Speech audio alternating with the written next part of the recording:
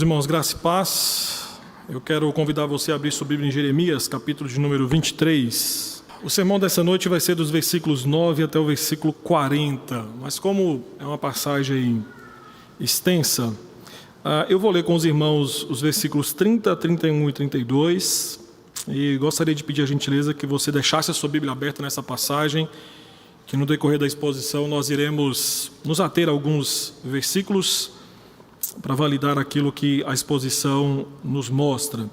Jeremias capítulo 23, versículos 9 a 40, mas nós leremos nesse instante apenas os versículos 30, 31 e 32. É um texto que fala sobre falsos profetas. Então gostaria que você atentasse na leitura desses três versículos. Jeremias capítulo 23, nós leremos agora os versículos 30, 31 e 32, que diz: Portanto, eis que eu sou contra esses profetas, diz o Senhor, que furtam as minhas palavras, cada um ao seu companheiro. Eis que eu sou contra esses profetas, diz o Senhor, que pregam a sua própria palavra e afirmam. Ele disse: Eis que eu sou contra os que profetizam sonhos mentirosos, diz o Senhor, e os contam, e com as suas mentiras e leviandades fazem errar o meu povo, pois eu não os enviei, nem lhes dei ordem, e também proveito nenhum trouxeram a este povo, diz o Senhor. Meus irmãos, em 2017, um dos grandes jornais de circulação nos Estados Unidos lançou um artigo que tinha como título: O que faz a canção Só em Jesus ser aceito e polêmico? Entrevista com Keith Gary. Keith Gary é um compositor cristão que nasceu na Irlanda do Norte e compôs um hino moderno, tem a tradução para o português, Só em Jesus. E esse artigo dizia que, há algum tempo, o hino Só em Jesus ganhou as manchetes por fazer referência à ira de Deus e à teologia da expiação em sua letra. Porém, a Comissão de Música Sacra da PCUSA, que é a Igreja Presbiteriana nos Estados Unidos, a Igreja Presbiteriana mãe da Igreja Presbiteriana no Brasil, que, infelizmente, alguns anos atrás, a nossa igreja rompeu os laços por conta do liberalismo que tomou conta daquela igreja. Essa denominação PCUSA pretendia adicionar essa música Só em Jesus em seu novinário, que foi lançado no ano de 2013. Só que para isso a comissão pediu permissão aos autores dessa canção, que eram Stuart Townend e Keith Gary. E ao mesmo tempo que pediu para que pudesse publicar esse hino nesse cenário, solicitaram também a alteração da letra do hino mudando. Lá nessa música, Só em Jesus, há uma parte do hino que diz: E lá na cruz, o próprio Deus, sua ira satisfez. A comissão de música dessa igreja, então, sugeriu a troca para: E lá na cruz, o próprio Deus, o seu amor, manifestou. Os compositores, queridos, rejeitaram a alteração proposta. E, como resultado, a Comissão de Música Sacra da PCUSA vetou a impressão desse hino. E o que nos assusta mais é que a presidente da comissão, uma mulher chamada Mary Bringle, explicou o motivo do veto. E ela disse: olha, a visão de que a cruz é sobre a necessidade de Deus amenizar sua ira teria dado um efeito negativo no inário, que busca formar a fé das futuras gerações. Meus irmãos, a fala da presidente desta comissão evidencia que a ira de Deus é muito forte. E isso teria um efeito negativo na fé das futuras gerações. Mas a pergunta que temos que fazer é: será que não será mais negativo tentar suavizar, tentar amenizar o que as Escrituras falam a respeito da expiação de Cristo? Porque quando o hino descreve que na cruz o próprio Deus a sua ira satisfez, afirma que Deus não perdoa a nossa dívida, mas que a nossa dívida por conta do nosso pecado foi cobrada e na pessoa de Cristo. Então o Keith Gary explica que em toda a Escritura a necessidade de se fazer expiação é comparada a um cálice de ira que o pecador deve beber. Como sabemos, a Bíblia fala que Jesus bebeu este cálice por nós e em nosso lugar. Na cruz de Cristo, nós temos a justa ira de Deus sendo plenamente satisfeita. Entenda que Cristo não precisava ser crucificado, mas foi porque a lei exigia a crucificação de nós, pecadores.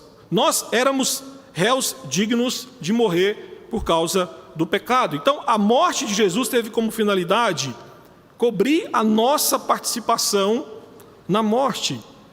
E o que fica evidente na fala da senhora Mary Bingle é apresentar uma meia-verdade às novas gerações. E entenda que uma meia-verdade é, na realidade, uma mentira.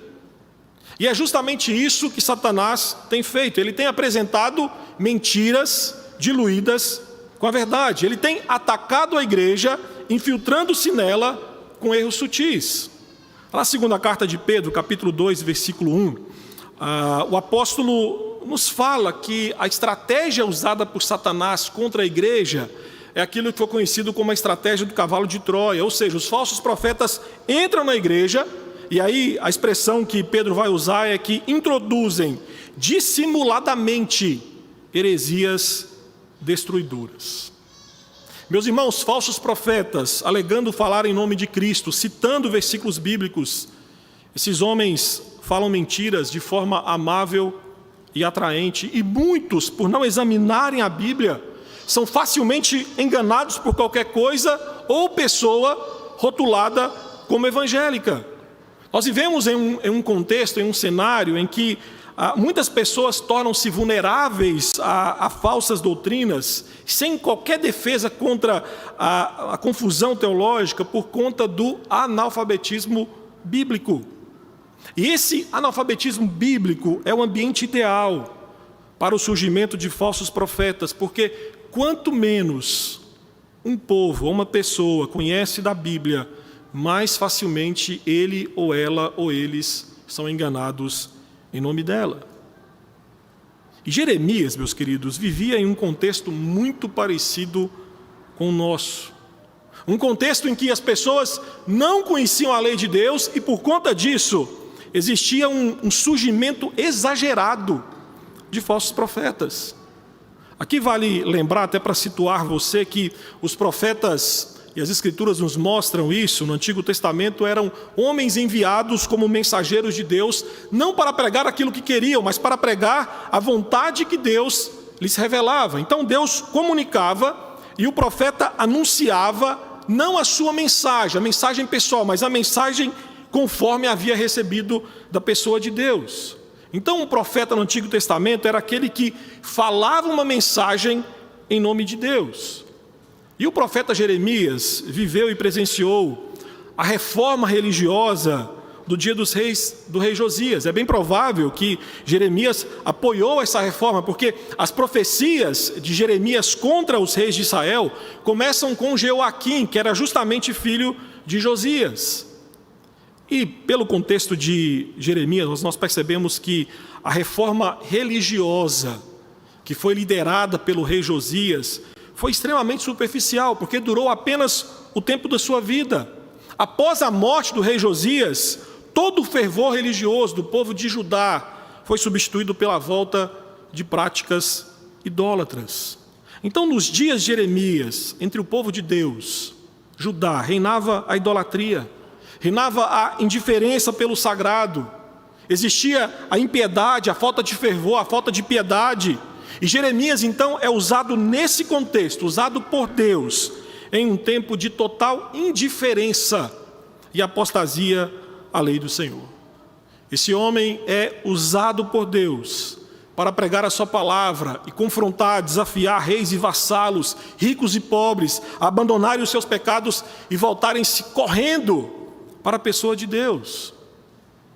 Especificamente nesse capítulo 23, o que nós vamos ver é justamente Jeremias apresentando a mensagem de Deus, expondo o conteúdo, o resultado e o julgamento de Deus sobre esses falsos profetas.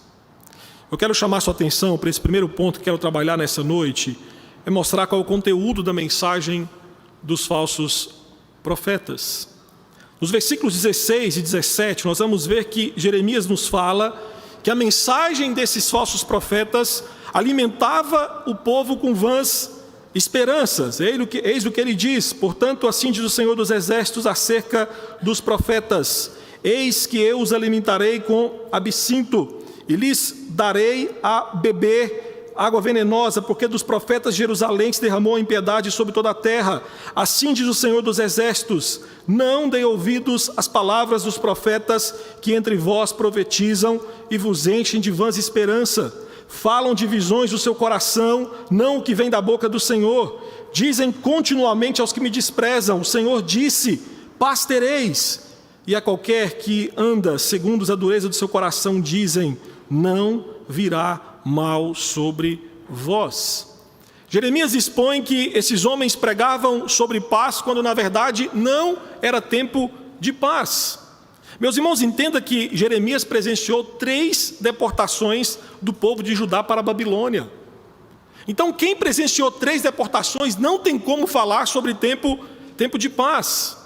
Então, a mensagem do verdadeiro profeta naqueles dias, como descreve Jeremias, não é que era dia de paz, mas era dia de julgamento de Deus. Jeremias ainda evidencia que o conteúdo da mensagem deles não vinha de Deus, mas era fruto do seu auto-engano. No versículo 21 e no versículo 31, Jeremias atesta sobre isso, quando ele diz que as palavras daqueles homens, aqueles falsos profetas, não era fruto da revelação de Deus, mas eram auto-induzidas. Esses falsos profetas pregavam mentiras. Atente que nos versículos 25 e 26, Jeremias nos mostra que eram palavras provenientes daquilo que eles queriam que era verdade, fosse verdade, mas que na verdade não era. Versículos 25 e 26, o profeta diz: tenho ouvido o que dizem aqueles profetas proclamando mentiras em meu nome, dizendo: sonhei, sonhei. Até quando sucederá isto no coração dos profetas que proclamam mentiras, que proclamam só o engano do seu próprio coração? Esses homens queriam que fossem tempos de paz, mas segundo Jeremias, lá nos versículos 18 a 20, no versículo 22, se esses homens estivessem no conselho do Senhor, eles não estariam pregando sobre tempos de paz, mas estariam pregando sobre juízo e sobre condenação. No versículo de número 30, Jeremias então acusa esses falsos profetas de furtarem parte da palavra de Deus. Jeremias diz que eles pregavam apenas uma parte da palavra de Deus, a parte que agradava o povo, e não a parte que confrontava, e não a parte que admoestava o povo. Pregavam sobre o amor de Deus sem a sua justiça, pregavam a fidelidade e bênçãos de Deus sem a lealdade e obediência do homem. Meu querido irmão, minha querida irmã, não é isso que nós temos ouvido na boca de muitos profetas hoje? Não vivemos dias em que profetas têm se levantado e pregado apenas uma parte da palavra do Senhor, a parte que agrada, a parte que alegra, a parte que entretém o povo?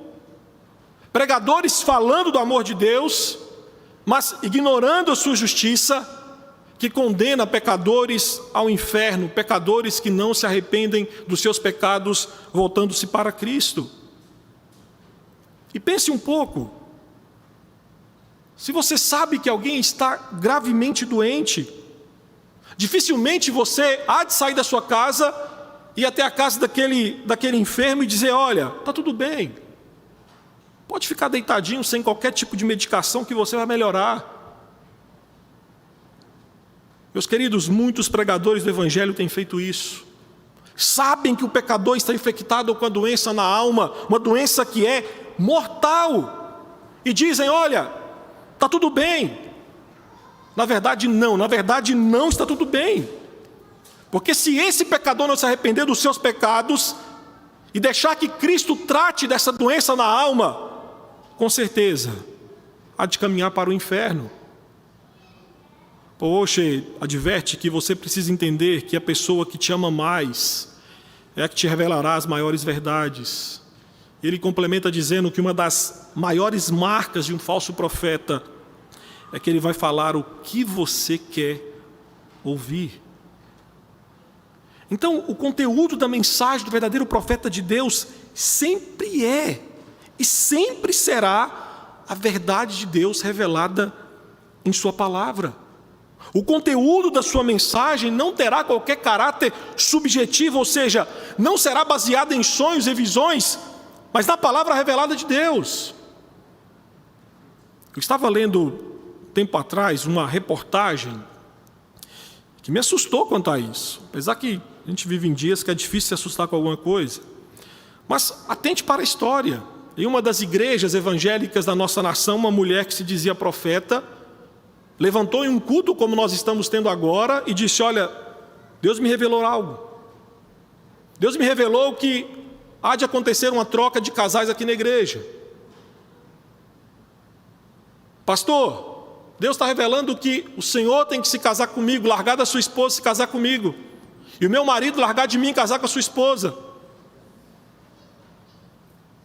E o absurdo é que os 4 foram no cartório, se divorciaram e se casaram. Você quer saber se alguém está pregando o verdadeiro evangelho? Corra para as Escrituras. Meu querido, a profecia do profeta autêntico tem que estar em harmonia com a palavra de Deus como um todo. Não pode haver contradições entre aquilo que Deus disse na sua palavra ontem e o que Ele diz hoje. Deus nunca precisa mudar os seus conselhos, e os conselhos eternos de Deus não podem ser contraditórios, e não são. Mas o profeta Jeremias, nessa passagem, nos mostra uma outra perspectiva, quando ele expõe os falsos profetas. Ele fala do resultado da mensagem desses falsos profetas. O resultado da mensagem dos falsos profetas, e atente no versículo 14, que Jeremias fala sobre isso, incentivava os homens a continuarem vivendo no pecado. Versículo 14, Jeremias vai dizer: mas nos profetas de Jerusalém veio coisa horrenda, cometem adultério, andam com falsidade e fortalecem as mãos dos malfeitores, para que não se convertam cada um da sua maldade. Todos eles se tornaram para mim como Sodoma e os moradores de Jerusalém como Gomorra. As pregações desses falsos profetas incentivavam o adultério e a falsidade. No versículo 17, Jeremias nos fala que as palavras dos profetas, desses falsos profetas, animavam a continuar, a fazer com que o povo continuasse na prática do pecado. De certa forma, o versículo 17 era como se os falsos profetas estivessem dizendo: olha, fiquem tranquilos, está tudo bem, Deus está extremamente feliz com o comportamento de vocês. É por isso que no versículo 22, atente o que Jeremias diz: mas se tivessem estado no meu conselho, então teriam feito ouvir as minhas palavras ao meu povo, e o teriam feito voltar do seu mau caminho e da maldade de suas ações. Ou seja, a mensagem daqueles falsos profetas não provocava mudança no comportamento dos pecadores, porque eles continuavam agindo da mesma forma. Na verdade, o resultado das mentiras pregadas por esses falsos profetas, no versículo 27, diz que levava as pessoas a esquecer de Deus. No versículo 27, queridos, o que fica assim, que é assustador, é que as profecias desses homens, a pregação desses homens, fez com que o povo se lembrassem de outros deuses, mas não do Deus verdadeiro. Quando chegamos nos versículos 28 a 32, eu gostaria que você acompanhasse a leitura. É aqui que Jeremias nos fala que a vida espiritual dos ouvintes dessa falsa mensagem era anêmica, era raquítica, porque eles eram alimentados com mentiras e não com a palavra de Deus. Jeremias vai dizer nos versículos 28 a 32: ó profeta que tem sonho, conte-o como apenas sonho, mas aquele que está em mim, a minha palavra, fale a minha palavra com verdade. Que tem a palha com o trigo, diz o Senhor. Não é a minha palavra fogo, diz o Senhor, e martelo que esmiuça a penha? Portanto, eis que eu sou contra esses profetas, diz o Senhor, que furtam as minhas palavras, cada um ao seu companheiro.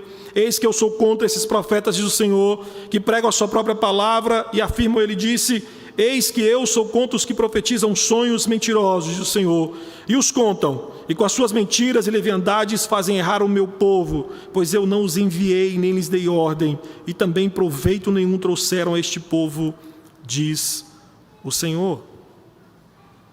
Não havia proveito nenhum na pregação desses homens, tanto é que o veredito do Senhor no versículo 32 é que a mensagem desses profetas não trouxe qualquer benefício espiritual para o povo de Deus. E o que é interessante aqui é que nos versículos 28 e 29, Jeremias, usado por Deus, usa algumas figuras de linguagem aqui para fazer uma comparação entre aquilo que é palavra de Deus e aquilo que não é. E ele diz, olha, as mentiras que esses falsos profetas pregavam era como palha, algo que não serve para alimentar nada e ninguém. Todavia ele diz que a palavra de Deus é como trigo, algo que realmente alimenta.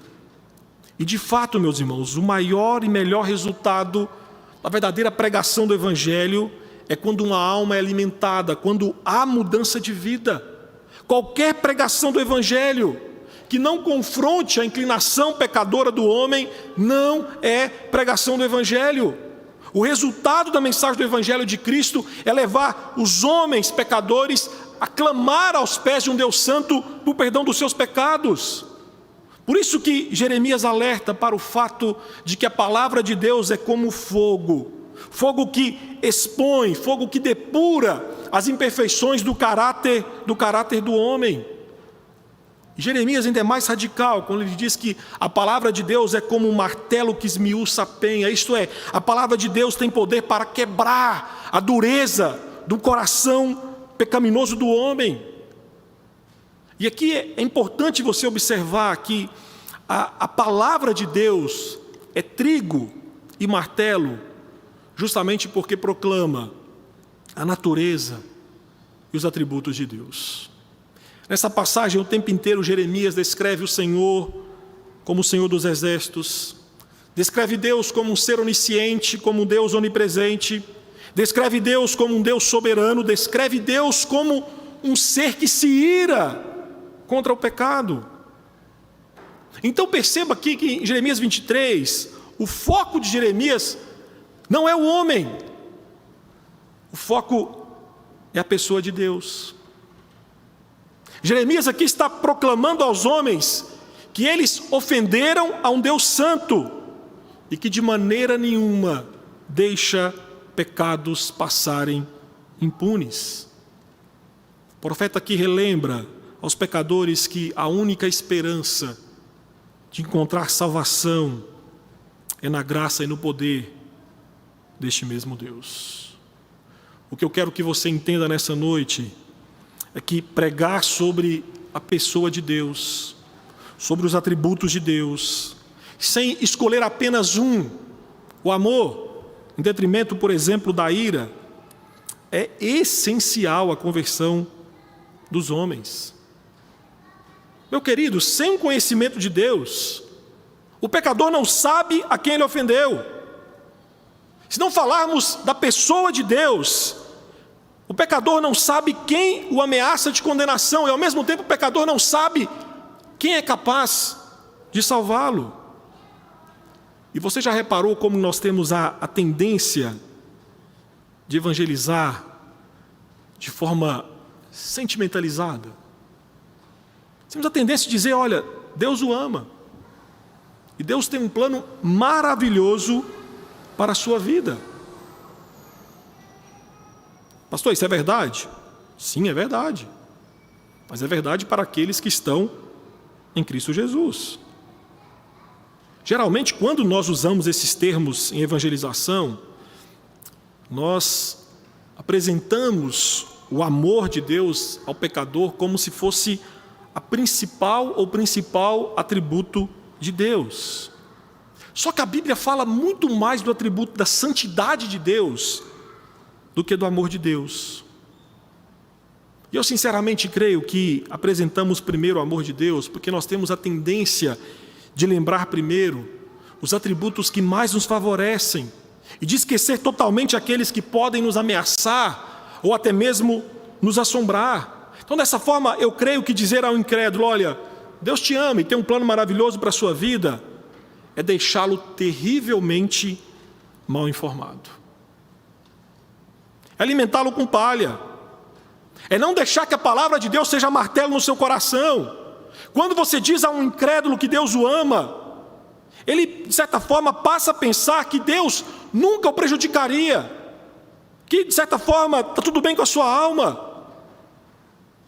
Entretanto, a verdade é que o Deus Santo, naquele momento, quando aquele pecador não está debaixo de Cristo, Deus continua irado contra aquele pecador incrédulo. Enquanto um pecador não se volta para Cristo, a espada da ira divina está armada sobre a sua alma pecadora e há de o atormentar para sempre, a não ser que se arrependa dos seus pecados e confie em Cristo e sua salvação. E cá entre nós, falar para um incrédulo que um Deus Santo está irado contra ele, não é um plano tão maravilhoso assim. Meus irmãos, a tarefa do profeta não é fazer as pessoas se sentirem bem. A tarefa da igreja, quando se coloca como profeta do Senhor nesse mundo, é arrancar o ego do trono do coração do homem e gravar a palavra de Deus em seu lugar. Essa é a nossa responsabilidade como igreja, quando assumimos o ofício de profetas de Cristo nessa terra. Jeremias segue, então, e o Jeremias finaliza dizendo sobre o julgamento de Deus para com os falsos profetas. Nos versículos 9 a 12, eu gostaria que você atentasse para a leitura. Jeremias diz: acerca dos profetas, o meu coração está quebrantado dentro de mim, todos os meus ossos estremecem. Sou como homem embriagado e como homem vencido pelo vinho por causa do Senhor e por causa das suas santas palavras. Porque a terra está cheia de adúlteros e chora por causa da maldição divina. Os pastos do deserto se secam, pois a carreira dos adúlteros é má e a sua força não é reta. Pois estão contaminados, tanto o profeta como o sacerdote, até na minha casa achei a sua maldade, diz o Senhor. Portanto, o caminho deles será como lugares escorregadios na escuridão. Serão empurrados e cairão nele, porque trarei sobre eles calamidade. O ano mesmo em que os castigarei, diz o Senhor. Os versículos 9 a 12, o profeta fica com o coração extremamente abalado por saber o que Deus faria com aqueles falsos profetas. Versículo de número 15, aqui uma figura de linguagem que Jeremias usa, quando ele fala sobre que Deus iria alimentar esses falsos profetas com absinto. Essa ideia de que eles seriam alimentados com absinto é no sentido de que eles seriam amaldiçoados por Deus.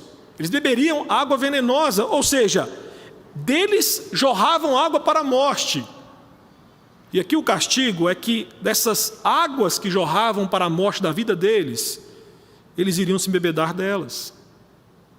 Os versículos 23 a 24, o Senhor mostra que Ele não é como os deuses dos povos pagãos, que só poderiam ser adorados quando alguém se colocava perto da sua imagem. Deus está dizendo: olha, eu sou Deus de perto e sou Deus também de longe. Ou seja, eu estou em todo lugar, eu consigo ouvir, eu consigo ver muito bem o que esses falsos profetas andam dizendo, o que eles andam pregando. E quando nós chegamos nos versículos 30 a 40, nós vamos ver aqui a parte em que claramente Deus se coloca contra esses falsos profetas. Por 3 vezes, o Senhor declara: eu sou contra esses profetas. Só que aqui há algo de ainda mais assombroso nessas palavras de julgamento de Deus. E eu gostaria que você acompanhasse a leitura dos versículos 33 até o 40, que diz: quando, pois, este povo te perguntar, ou qualquer profeta ou sacerdote, dizendo: qual é a sentença pesada do Senhor? Então lhes dirás: vós sois o peso, e eu vos arrojarei, diz o Senhor. Quanto ao profeta e ao sacerdote e ao povo que disser: sentença pesada do Senhor, a este homem eu castigarei a sua casa. Antes direis, cada um ao seu companheiro e cada um ao seu irmão, que respondeu o Senhor, que falou o Senhor, mas nunca mais fareis menção da sentença pesada do Senhor, porque a cada um lhe servirá de sentença pesada a sua própria palavra, pois torceis a palavra do Deus vivo, do Senhor dos exércitos, nosso Deus. Assim dirás ao profeta: que te respondeu o Senhor, que falou o Senhor? Mas por que dizes, sentença pesada do Senhor? Assim diz o Senhor: porque dizeis esta palavra, sentença pesada do Senhor, havendo-vos eu proibido de dizer essa palavra, sentença pesada do Senhor? Por isso levantar-vos-ei e vos arrojarei da minha presença, e a vós outros e a cidade que vos dei a vossos pais, porei sobre vós perpétua própria e eterna vergonha, que jamais será esquecida. Nos versículos 33 a 40, queridos, Deus mostra uma relação de culpa aqui entre os falsos profetas e o povo. Naqueles dias era costume os profetas identificarem a mensagem que Deus deu a eles como uma sentença do Senhor. Então o profeta tinha que carregar a sua sentença como se fosse uma carga pesada.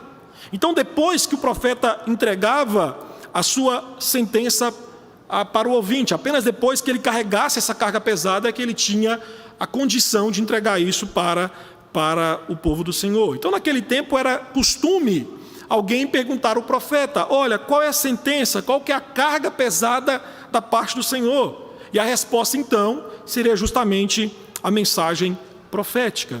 Só que aqui no versículo 36, Deus proibiu esse costume, porque na realidade a sentença, a carga pesada do Senhor, não era a mensagem, era os falsos profetas.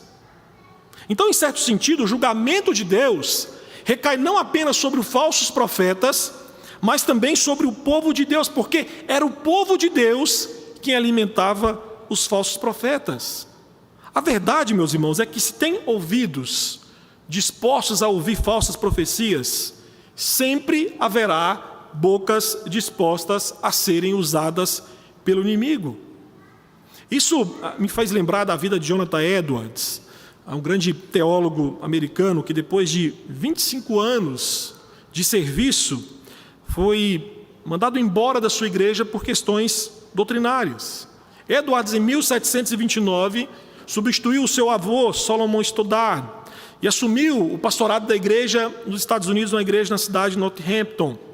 Porém, aos 47 anos de idade, com 8 filhos em casa, Edward resolveu pregar contra uma falsa doutrina ensinada pelo seu avô, a doutrina conhecida como aliança do meio caminho. Então, essa doutrina ensinava que os congregantes bem comportados poderiam participar da ceia do Senhor, ainda que não tivessem professado publicamente a sua fé. Então, em 1748, Edward percebeu que não poderia deixar que os congregantes incrédulos continuassem participando daquilo que a Bíblia reserva especificamente para os crentes que professaram publicamente a sua fé. Então, em 1750, Edward resolveu pregar uma série de sermões sobre a ceia do Senhor. E lógico, reações negativas por toda a congregação rapidamente surgiram. E no dia 2 de junho de 1750, a igreja votou então pelo fim do pastorado de Edward em Northampton. Foram 230 votos favoráveis à sua saída e 23 contrários. Meus irmãos, Edward poderia ter esquecido o assunto, poderia ter feito vista grossa e desfrutado de muitos anos numa igreja em que ele amava. Só que Edward percebeu que o evangelho estava em perigo.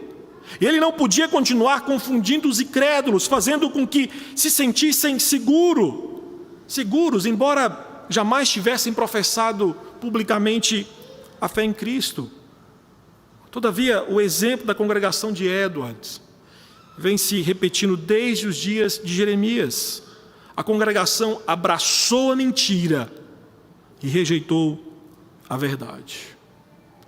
Meus irmãos, os Duques, os Santiagos, os Macedos da vida, existem porque muitos ouvidos gostam de ouvi-los. Esses falsos profetas, falsos apóstolos existem porque tem um público cativo que os mantém. E nesta passagem, Deus mostra que punirá, Deus julgará, Deus condenará os falsos profetas por distorcerem a sua mensagem. Mas Deus também mostra que o povo também será julgado. E entenda que a maior tragédia para o homem é continuar ouvindo mentiras como se fosse verdade. A maior punição para um pecador, para um homem pecador, é continuar pensando que a sua vida está em paz com Deus, quando na verdade ele continua sendo inimigo de Deus. A maior punição, queridos, para o homem pecador é pensar que está sendo salvo, quando na verdade está indo a passos largos para a condenação eterna. E eu quero caminhar para o final desse sermão pensando em aqui algumas implicações dele para nós. A primeira é que nós precisamos nos preocupar com o conteúdo da nossa mensagem. O que Jeremias nos mostra aqui, queridos. O conteúdo da mensagem desses falsos profetas era aquilo que eles queriam, era o que eles achavam ser importante, eram seus sonhos, suas especulações. Entenda que em Cristo, nós como igreja somos chamados hoje a ocupar o ofício de profetas, ensinando tudo aquilo que Deus falou através do Filho nos últimos tempos. Nós somos chamados por Deus para profetizar as verdades eternas reveladas por Deus em sua palavra. Dessa forma, nós temos que entender e atentar para o conteúdo da nossa mensagem. O conteúdo da nossa mensagem tem que ser o Evangelho. O conteúdo da nossa mensagem tem que ser cristocêntrico, porque sem Cristo não há boa nova. Cristo é o autor e o conteúdo do Evangelho. Então, pregar o Evangelho significa pregar a Cristo, bem como tudo aquilo que tem relação a Cristo, já que sem Cristo não há Evangelho. E eu digo para os irmãos, o que tem acontecido é que muitas vezes nós temos esquecido a mensagem. Temos corrido tanto, temos falado tanto, temos discutido tanto, que de repente descobrimos que o conteúdo da mensagem que é Cristo foi esquecido. Meus irmãos, muitos são os ministros, muitos são os crentes do Evangelho, que como profetas, distanciaram-se do significado do Evangelho, e com isso perderam a sua dimensão de urgência e eficácia. Então, quem sabe nós não nos encontramos nessa situação. Quem sabe as muitas atividades administrativas, eclesiásticas, pessoais, têm nos distanciado de pregar a Cristo e somente a Cristo. Que o Senhor da mensagem, que deve ser o centro e o conteúdo da mensagem, Jesus Cristo, nos dê a graça de nos manter sempre focado e pregar somente Cristo, nada mais do que Cristo. Não é à toa que os morávios diziam: pregue a Jesus Cristo, morra e seja esquecido. Nós morremos, nós podemos ser esquecidos, mas Cristo jamais. Cristo jamais. Outra implicação desse texto, queridos: descansemos na soberania divina quanto aos frutos da nossa mensagem. Nós vivemos dias em que o pragmatismo, abastecido pelo marketing, tem levado inúmeros pastores, inúmeras igrejas a pensar e buscar números. A proclamação do Evangelho tem sido hoje visto como um produto a ser colocado no mercado. E quando uma igreja, ou quando um ministro, ou quando membros de uma igreja pensam dessa forma, isso requer mudanças fundamentais. Porque o marketing trabalha com a ideia de deixar o consumidor satisfeito. E aquilo que deixa o consumidor insatisfeito tem que ser retirado. Então, dessa forma, a pregação que fala sobre o pecado e confrontação, de certa forma, pecado, condenação, juízo, isso é extremamente confrontador. Isso não gera consumidores satisfeitos. Isso, então, tem que ser ignorado. Eu me lembro que uma vez um pastor amigo meu foi pregar em uma igreja, que graças a Deus não era igreja presbiteriana, que se o fosse estaríamos mais perdidos do que imaginamos. E ele foi pregar nessa igreja e o pastor que o convidou falou assim: você vai pregar sobre o quê? E ele explicou sobre o que ele pregaria. Você vai pregar sobre o inferno? Vai falar sobre o inferno? Aí ele falou: não sei, pode ser que na hora do sermão eu entre nesse assunto. Ele falou assim: não, se for falar sobre isso, você nem pega esse microfone. Resultado é que o pastor deu uma lista do que ele poderia pregar e do que não poderia pregar. E esse meu amigo pastor preferiu não pregar naquela igreja. Ele disse: então, se eu não posso pregar o evangelho em sua totalidade, não tem condições de pregar aqui. Meus irmãos, isso mostra que nós vivemos numa época em que as igrejas elas trabalham com aquilo que nós chamamos de sensíveis ao ouvido dos ouvintes. Aquilo que agrada, aquilo que entretém, aquilo que traz afago ao seu coração. É isso que o púlpito tem que pregar. E dessa forma, a igreja, para atrair mais fiéis, aumentar a sua arrecadação, passa a divulgar a verdade de uma forma a divertir e entreter. E nessa relação, queridos, a demanda gera o suprimento. Ou seja, os ouvintes modam seus próprios pregadores. Então, se os membros querem encontrar um pastor que fala sobre um bezerro de ouro e que todos têm que adorá-lo, meus irmãos, logo esse pastor será encontrado. Então nós precisamos estar atentos para não cairmos nessa armadilha, já que não é difícil confundir os efeitos de uma mensagem com o conteúdo daquilo que nós anunciamos. A pregação deve ser avaliada pelo seu conteúdo e não pelos seus supostos resultados. Números, dinheiro, curtidas, jamais foram a medida bíblica do sucesso de ministério. Meu querido, tamanho e popularidade não são sinônimos de bênçãos divinas. Fidelidade, piedade, compromisso espiritual são virtudes que Deus estima. Nós devemos ter sempre em mente que o verdadeiro sucesso de uma igreja ou de um ministério não é a prosperidade, não é a popularidade, não é o poder, mas sim fazer a vontade de Deus, apesar das consequências. E é verdade que mesmo sendo fiel ao Senhor, a Bíblia, pode ser que em algum momento como igreja nós não iremos ver muitas conversões, transformações, crescimento da igreja. Mas isso não é uma porta para abraçarmos ideias e filosofias mundanas, mas é hora de perseverarmos e continuarmos fiel ao Senhor, descansando em sua soberania. Lembre-se que às vezes Deus, assim como fez com Paulo, está colocando você ou a sua igreja em algum lugar para plantar e outro depois virá para a colheita. Meus irmãos, não devemos esquecer jamais que quem edifica a igreja é Cristo, é obra de Cristo edificar a igreja, e o crescimento da igreja é obra de Deus através de servos fiéis. Então o que compete a nós é sermos fiéis ao Senhor, confiando na suficiência da palavra do Senhor, porque a sua palavra é martelo que esmiuça o coração de pecadores. Não somos nós que quebramos o coração do homem pecador, é a palavra que nós pregamos. O que compete a nós é continuarmos sendo fiéis a esta palavra. E a última implicação, e aqui termina o sermão nessa noite, nós devemos alertar aos ouvintes e aos falsos profetas sobre o julgamento divino vindouro. É isso que Jeremias faz aqui. Jeremias se levanta, não é politicamente correto, e diz: profetas e povo que dá ouvido aos profetas, Deus está vindo em juízo contra a sua alma. Meu irmão, próprio Jesus Cristo nos alertou que nos últimos dias surgirão falsos profetas.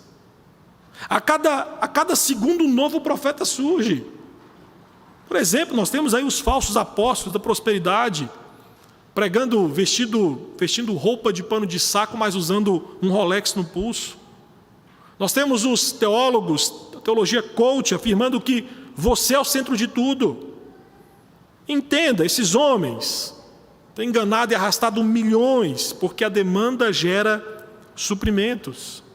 Nós temos milhares de homens e mulheres, até bem intencionados em sua busca por Deus, e que acabam sendo explorados por esses falsos profetas, mas eu também entendo que existem milhares de pessoas que, por conta do seu sincretismo, gosto pessoal, misticismo, acabam abastecendo a obra desses falsos profetas.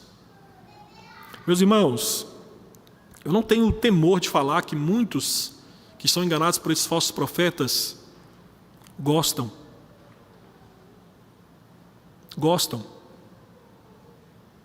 Quem de nós não gosta de uma palavra que nos deixe para cima? E convenhamos, entre ouvir que você é um vencedor, que tudo vai dar certo na sua vida, e uma mensagem que fala que você é um pecador miserável, qual que você quer ouvir?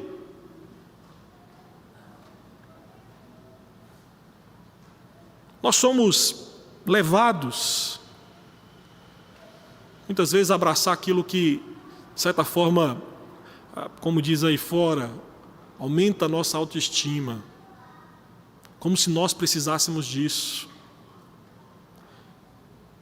Temos que entender que nós que testemunhamos e proclamamos o Evangelho, como dizia Tozer, nós não podemos pensar de nós mesmos como relações públicas enviados para estabelecer a boa vontade entre Cristo e o mundo. Não, nós somos embaixadores, nós não somos embaixadores, diplomatas, mas nós somos profetas.